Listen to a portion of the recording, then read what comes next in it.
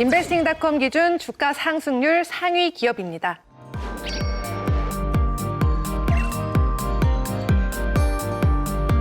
인베스팅닷컴 기준 주가 상승률 상위 기업은 바로 미국의 가장 사랑받는 대형 할인 유통점이죠. 타겟입니다. 최근에 코로나19 팬데믹으로 온라인 매출에 사상 최고치를 찍기도 했는데요. 이 주가 도대체 얼마나 오른 걸까요? 네, 최근에 2분기 실적을 타겟이 발표했는데요. 되게 좋았습니다. 그러니까 매출액 같은 경우는 그 229억 달러를 기록해서 전년 동기 대비 24.7% 늘었고요. 영업이익은 23억 달러를 기록해가지고 전년 동기 대비해서 약 73.8% 급등했거든요. 네, 코로나19로 인해 가지고 오프라인 중심의 미국의 그 소매업체들이 되게 고전을 했고요. 그럼에도 불구하고 이 타켓이 매출과 주가가 늘어난 이유는 코로나19로 인해서 소비가 위축된 상황, 경제가 위축된 상황에서 다른 데보다 좀 합리적인 가격, 즉 가성비가 높은 그런 상품을 팔다 보니까 매출하고 그다음 주가가 늘었고요. 그러다 보니까 이 3월 달만 하더라도 이 타켓의 주가는 91달러였거든요. 근데 8월 하순에 약 154.2달러까지 상승하면서 사상 최고치를 기록했고요. 최근 8월 말 기준에서도 약 152달러 정도 내외에서 지금 거래가 되고 있습니다. 사실 이 미국을 대표하는 할인마트 하면 첫 번째로는 월마트가 떠올랐는데 아직 타겟이 생소하신 분들도 계실 것 같아요. 소개 좀 부탁드릴게요. 타겟 같은 경우는 지금 오늘 소개해드린 세 기업 중에서 할아버지보다 나이가 더 많나요?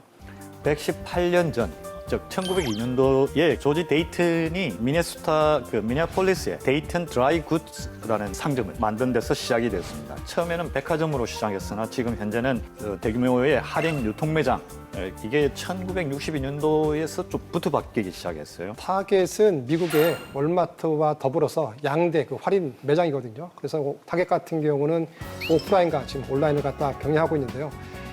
올해 2분기 말 기준에서 약 1,871개의 전국 매장이 있는데 그 매장에 이제 올해 같은 경우는 추가적으로 한 25개를 더 낼 예정이거든요. 보통 미국의 할인 매장 같은 경우는 교외에 많거든요. 교외에 뭐 이렇게 여러 가지가 몰려 있어가지고 월마트나 뭐 타겟이나 다 몰려 있는데 작년부터 약간 트렌드를 바꿔가지고요. 매장을 좀 적은 중소형 매장이 도심 지역에 나타나고 있거든요. 이게 왜 그러냐면은 지금 미국의 20대나 30대 이런 그 젊은 세대들은 차를 안 사고 결국에는 도심에 많이 생활하고 있기 때문에 이러한 것을 따라잡기 위해서 이 중소형 매장들이 도심 지역으로 좀 많이 늘어나고 있기 때문에 이러한 트렌드가 지금 최근에는 좀 눈여겨볼 만한 그런 변화가 아닌가 이렇게 보고 있습니다.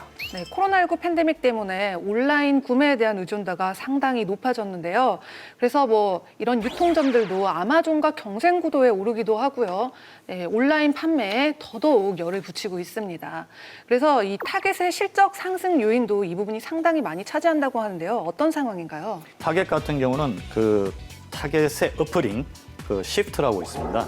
SHIPT, 소비자가 원하는 물품을 온라인을 통해서 구매하고 그 물품을 직접 배송을 해주는 서비스입니다.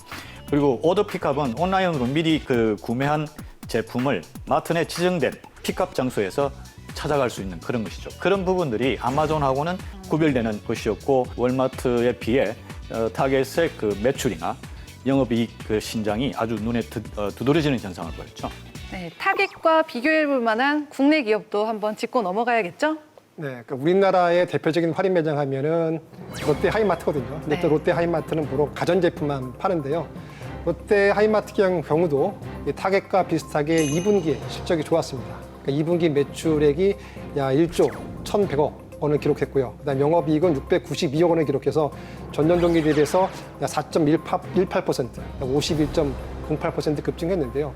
이렇게 늘어난 이유는 뭐냐면은 코로나19로 인해서 이 비대면이 장기화되면서 이 4월부터 가전제품에 대한 수요가 늘어났거든요. 중요한 것은 하반기에도 롯데 하이마트의 매출이 의미 있게 성장할 것으로 예상되고 있는데 그 이유는 왜 그러냐면은 3분기, 4분기에는 신규 아파트의 입주 물량이 증가할 것으로 보고 있는데 보통 아파트의 신규 하는 아파트가 늘어나게 되면 이사 수요도 늘고 한번 입주하게 되면 기분이 바뀌니까 한번 가전제품을 바꿔보자라는 분위기가 일거든요. 이렇게 되면서 결국에는 하반기에는 상반기보다도 약간 매출이 늘지 않을까 이렇게 지금 의견이 지금 나오고 있는 상황입니다.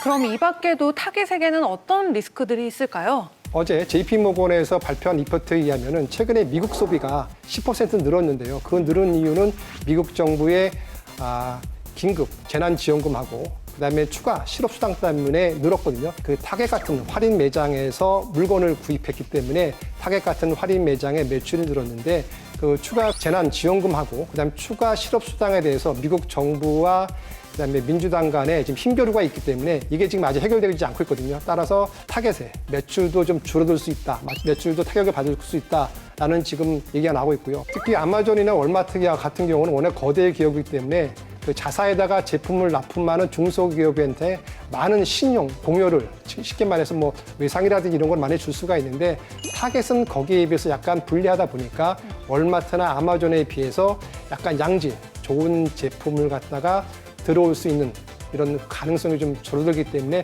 이러한 것은 제가 봤을 때는 리스크 요인이지 않을까 이렇게 보고 있습니다. 네, 확실히 언택트 문화 때문에 온라인 판매에 너도나도 열을 내고 있는 상황인데요. 그래서 이 타겟의 전망이 더 궁금해지는 것 같습니다. 그러니까 타겟은 일단 경영 전략을 잘 세웠고요. 일단은 오프라인에서 온라인으로 지금 매출 비중이 지금 늘어나는 그런 추세고 두 번째는 만약에 미국 정부와 민주당이 합의를 잘해가지고 제2차 긴급 지원금하고 실업수당이 추가적으로 지불된다면 결국에는 이러한 것이 그 타겟의 매출로 늘어날 수 있고요. 가장 중요한 것은 이 타겟이 선견지명이 있었는지 모르겠는데 코로나19 사태가 나기 전부터 비대면 서비스를 강화했습니다. 타겟에 종업원이 접촉하지 않은 상태에서 소비자들이 그 물품들을 갖다가 받을 수 있게끔 만들어놨거든요. 그래서 이러한 것들이 복합적으로 작용하면서 연말까지 일어나는 그런 쇼핑 시즌인데 과연 이 쇼핑 시즌에 코로나19 사태가 진정이 되느냐 안 되느냐에 따라 가지고 타겟을 포함한 미국 유통업체들의 매출이 증가하느냐 아니면은 타격을 받느냐 이게 판가름 날 것으로 지금 보이고 있습니다. 주가 상승률 상위 기업 타깃을 정리해보는 김수현의 한 줄 평. 솔직히 먹고 사는 것만큼 중요한 문제가 뭐가 있겠습니까? 타깃은 결국 생존의 문제입니다. 방송 보시면서 타깃에 대해서 더 궁금한 점이 있거나 이 기업에 투자해보고 싶다 하시는 분들은요. 카카오톡 채널에서 필살기 해외 투자를 검색하신 후 친구 추가해주세요.